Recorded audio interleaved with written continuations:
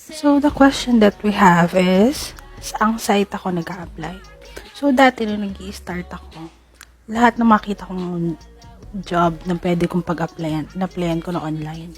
Lahat na makita ko sa Google, grabe. Mga Indeed, sa onlinejobs.ph, sa Facebook, lahat na pwede kong, pag minakita ko ng senior resume, ina-applyan ko talaga yan. Pakita ko sa inyo kung gaano kadami job application ko.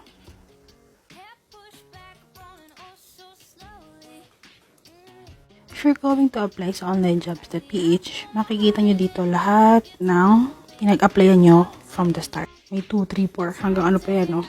Ganun. Sa lahat ng ito, na in-applyan ko 10 applications per day, hindi lahat yan nagre-reply. Bilang na bilang ang nagre-reply dyan. Kasi nga, thousands ng application ang natatanggap nila. So, kailangan talaga consistent ka sa pag-a-apply and huwag kang susuko talaga. So, ngayon, I have 2 sites na lang na pinag-a-applyan.